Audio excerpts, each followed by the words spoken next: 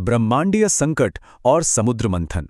जब भी इस घटना का जिक्र आता है तो हमारा ध्यान सीधे अमृत या देवी लक्ष्मी पर चला जाता है। लेकिन आज इस कथात्मक विश्लेषण में हम उस खतरे की बात करेंगे जिसने पूरी सृष्टि को ही लगभग खत्म कर दिया था।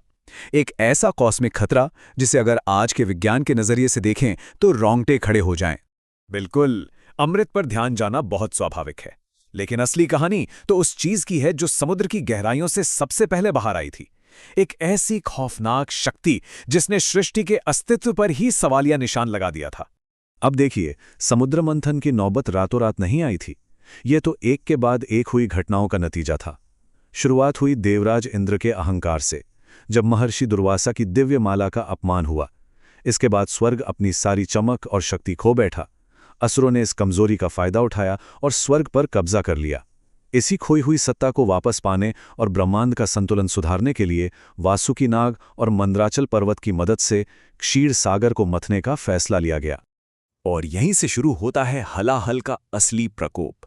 जैसे जैसे मंथन की गति तेज हुई, रत्नों के बजाय समुद्र से कुछ ऐसा निकला जिसकी किसी ने सपने में भी कल्पना नहीं की थी।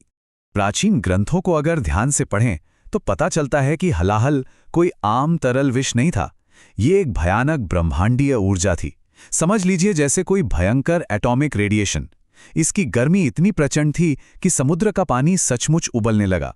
और तो और, सिर्फ इसकी गंध से आसमान में उड़ते पक्षी मरकर गिरने लगे। ये जहरीला रेडिएशन पाताल से लेकर आकाश तक इतनी तेजी से फैला कि देवता हों या दानव, सब खुद को झुलसने से बचाने के लिए जान बचाकर भागने लगे। स्थिति इतनी बेकाबू हो गई थी कि सृष्टि के सबसे शक्तिशाली देव भगवान ब्रह्मा और भगवान विष्णु भी इसे रोक नहीं पा रहे थे। क्यों?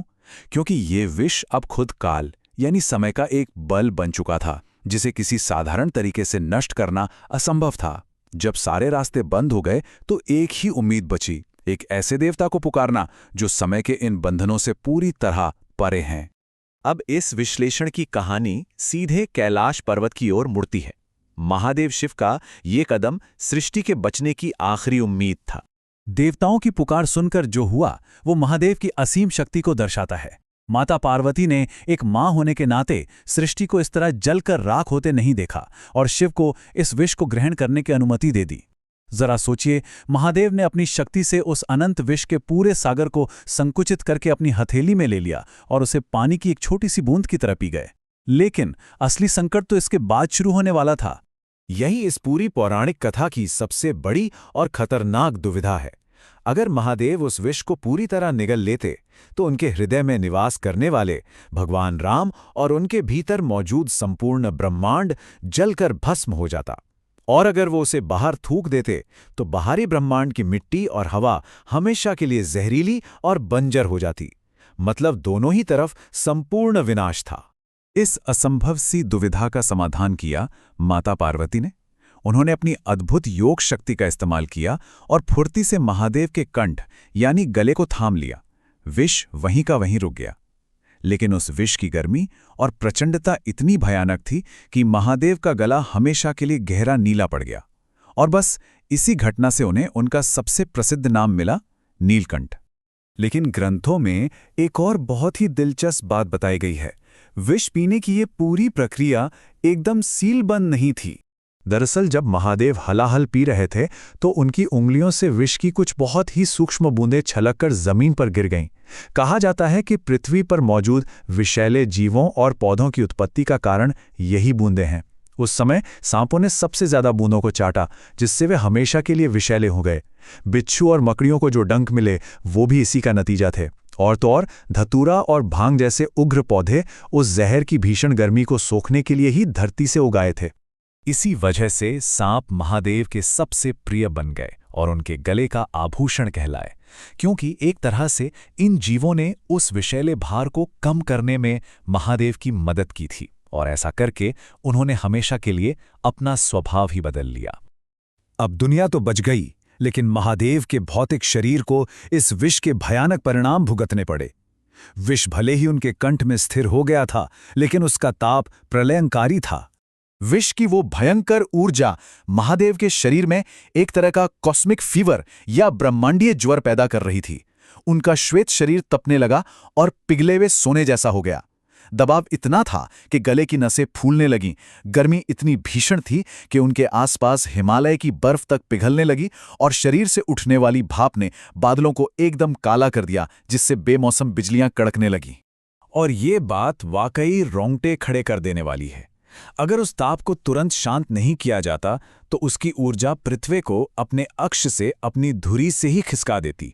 हवा में मौजूद सारी ऑक्सीजन वाष्पित होकर जहरीली गैसों में बदल जाती। ये साफ था कि महादेव को ठंडा करने के लिए एक बहुत बड़े प्रयास की तुरंत जरूरत थी। इसी गंभीर स्थिति को संभालने के लिए पौराणिक कथाओं में एक बहुत ही सटीक और बहुचरणीय प्रोटोकॉल का जिक्र मिलता है, ताकि शिव के उस जानलेवा ताप को किसी भी तरह कम किया जा सके। सबसे पहले तो देवताओं ने बिना रुके उन पर गंगा जल की धाराएं प्रवाहित करना शुरू किया। फिर चंद्रमा खुद उन्हें शीतलता देने के लिए उनके मस्तक पर विराजमान हो गए। लेकिन जब ताप फिर भी कम नहीं हुआ तो शिव सीधे नेपाल के बर्फीले हिमालय की ओर निकल गए। वहां उन्होंने अपने त्रिशूल से प्रहार करके गोसाईकुंड नाम की एक एकदम ठंडी झील बनाई और खुद को उसमें डुबो दिया। इसी वजह से आज भी शिव पूजा में जल और चंद्रमा का इतना ज्यादा महत्व है। इस पूरी प्रक्रिया में एक और चीज ने वनस्पति ढाल का काम किया, और वो है बेलपत्र। कथाओं के अनुसार जब माता पार्वती के पसीने की एक बूंद मंदराचल पर्वत पर गिरी तो उससे बेल का पेड़ पैदा हुआ। बेलपत्र के 3 पत्ते शिव के त्रिनेत्र, त्रिगुण और त्रिकाल के प्रतीक हैं। जब इन पत्तों को महादेव के माथे और कंठ पर रखा गया तो उन्होंने उस रेडियोधर्मी जलन और जहर की गर्मी को अपने अंदर पूरी तरह से सोख लिया। कहानी यहाँ एक बेहद दिलचस्प मोड़ लेती है।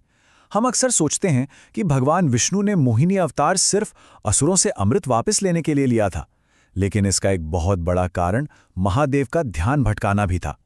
मोहिनी के अलौकिक सौंदर्य और नृत्य ने महादेव को उनकी उस असहनीय पीड़ा से कुछ पल के लिए दूर किया, जिससे उनका वो कॉस्मिक ब्लड प्रेशर शांत हुआ और सृष्टि एक प्रलयंकारी तांडव से बच गई।